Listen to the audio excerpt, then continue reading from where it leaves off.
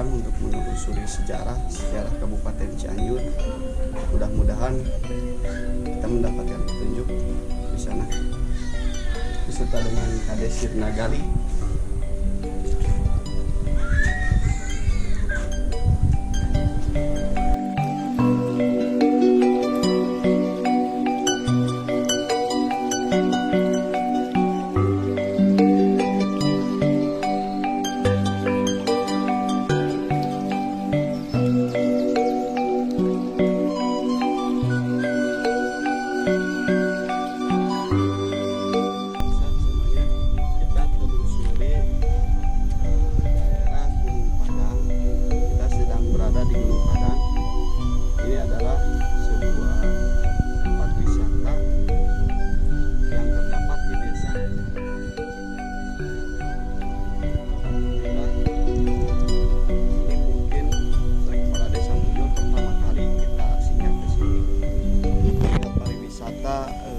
Desa Kertamukti.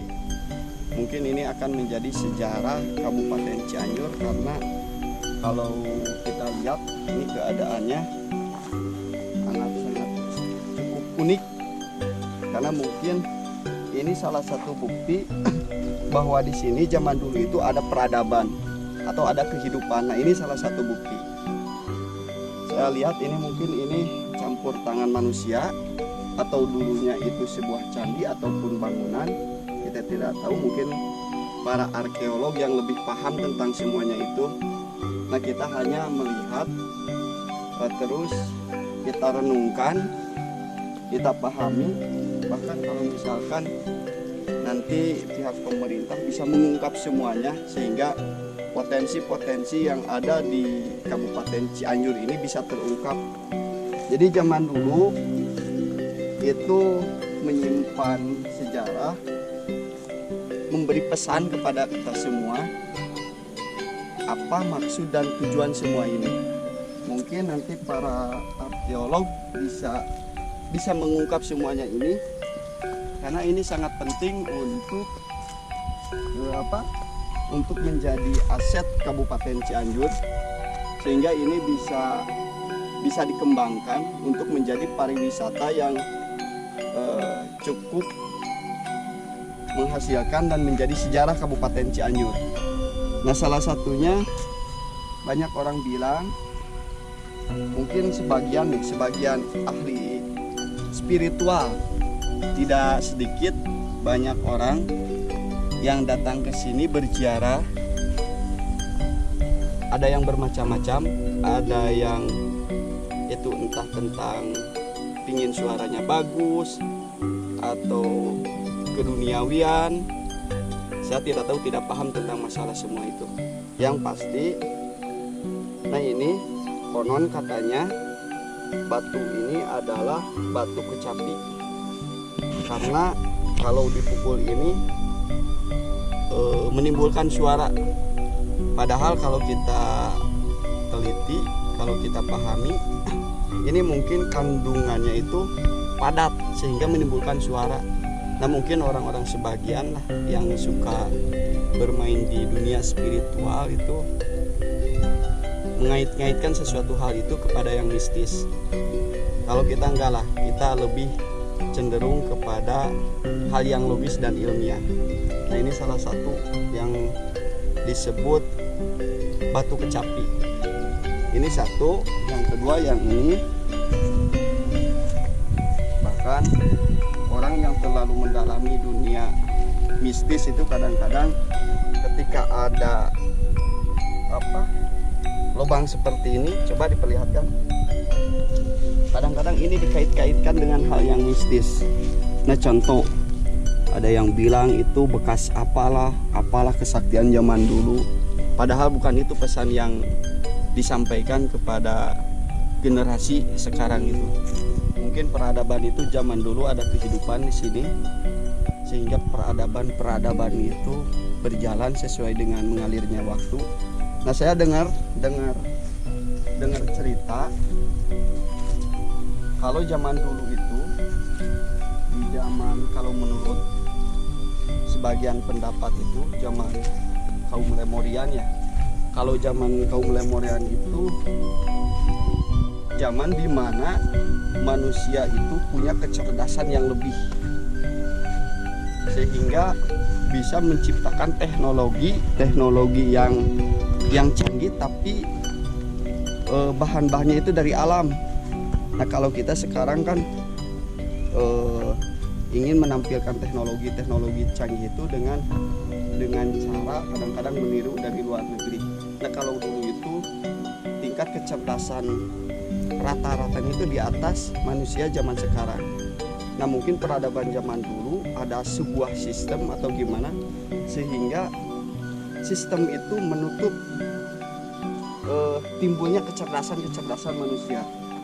Nah mungkin di sini salah satu saya pernah dengar kabar juga, ada sebuah, katanya ini sejarah menurut orang yang tahu, di Gunung Padang ini ada sebuah dorpal. Apa itu dorpal? Dorpal itu sejenis batuan yang dicampur dengan bahan besi yang dibuat oleh tangan manusia, yang ditanam di sebuah tempat, tentunya di sini di Gunung Padang. Makanya dulunya itu ini adalah sebuah menara atau bangunan atau candi. Nah tujuannya itu ketika ditanam di bumi ini mengandung medan magnetik. Tujuannya untuk apa? Kalau zaman dulu itu karena saking pintarnya itu zaman dulu diberi amanah karena kepintarannya oleh Allah Subhanahu wa taala, bagaimana caranya mengurus alam ini sehingga alam ini tidak rusak. Sehingga timbullah untuk pembuatan dorpal ini elektromagnetik yang sebesar itu, tujuannya itu untuk meredam gempa. Nah mungkin kadang-kadang karena energinya itu besar, nah sehingga kadang-kadang terjadi pergesekan antara sebuah energi dengan hal yang lain. Kadang-kadang manusia itu dikait-kaitkan. Nah salah satu tempat titik sentral dorpal itu katanya di sini. Nah saya barusan di sini saya bikin video melalui HP. Nah di situ ketika HP itu bergerak, ada suara-suara gelombang elektromagnetik yang tertangkap oleh video. Nah itu salah satu bukti ternyata di sini betul energinya itu cukup besar. Nah mungkin ini saya juga belum paham ini tentang apa, cuma yang pasti salah satu bukti. Pas di video mungkin saya akan nanti sharekan hasil video saya kepada rekan-rekan semua. Jangan terlalu membesar-besarkan sebuah mitos, sehingga kalau misalkan tujuannya hanya mempelintir sebuah akidah sehingga manusia menjadi tersesat. Kita berbicara realistis saja, sesuai sejarah, makna yang disampaikan oleh alam. Mungkin sekarang alam ya yang menyampaikan. Kalau dulu mungkin kehidupan zaman dulu menyampaikan pesan bagaimana caranya kita menjaga alam ini supaya betul-betul tidak cepat rusak. Nah alhamdulillah mungkin pertama kali kita datang ke sini ke Gunung Padang, sehingga nanti masyarakat yang punya pemahaman cerdas bisa membongkar semuanya, sehingga bisa diterapkan pemahaman zaman dulu itu. Ketika ada sebuah ilmu yang bermanfaat untuk alam ini, untuk menjaga kelestarian alam, kenapa tidak dikembangkan? Nah mudah-mudahan dengan kita datang ke sini, kita share kepada rekan-rekan semua, bisa menjadi pemicu bagaimana adrenalin kita bangkit, sehingga bagaimana caranya membuat sistem sehingga kehidupan alam ini bisa seimbang, tidak cepat rusak.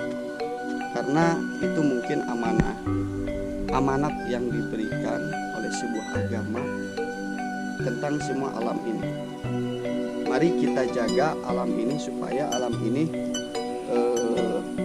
terjaga dengan baik, tidak cepat rusak. itu menjadi tanggung jawab kita semua, terutama untuk Kabupaten Cianjur. Nah, ayo mari kita bersama-sama seluruh masyarakat Kabupaten Cianjur kita lestarikan, kita budayakan, kita kembangkan bagaimana caranya mengolah atau menjaga alam ini. Bahkan bisa kita mengungkap pesan yang telah diberikan oleh kehidupan zaman dulu, sehingga rahasia-rahasia yang tertanam selama ini untuk alam ini bisa terungkap dan bisa terpecahkan. Nah, mungkin maaf sekali, ini mungkin saya bisa kesini juga karena ini tempat wisata ini sedang ditutup karena masih PPKM. Saya juga datang ke sini mungkin lewat belakang, tapi insya Allah saya pribadi sebagai kepala desa Munyul ikut membantu juga desa Kertamukti bagaimana caranya supaya tempat ini menjadi tempat wisata dan terjaga keasliannya. Mudah-mudahan desa Kertamukti akan selalu solid beserta dengan masyarakat, sehingga alam ini bisa terjaga dengan bisa terjaga dengan baik. Nah, mudah-mudahan kita semua berdoa semoga misteri apa yang akan diungkap oleh orang-orang yang cerdas mungkin ke depannya, mudah-mudahan alam ini bisa terjaga dengan baik. Amin ya Allah ya Rabbal Alamin. Assalamualaikum warahmatullahi wabarakatuh.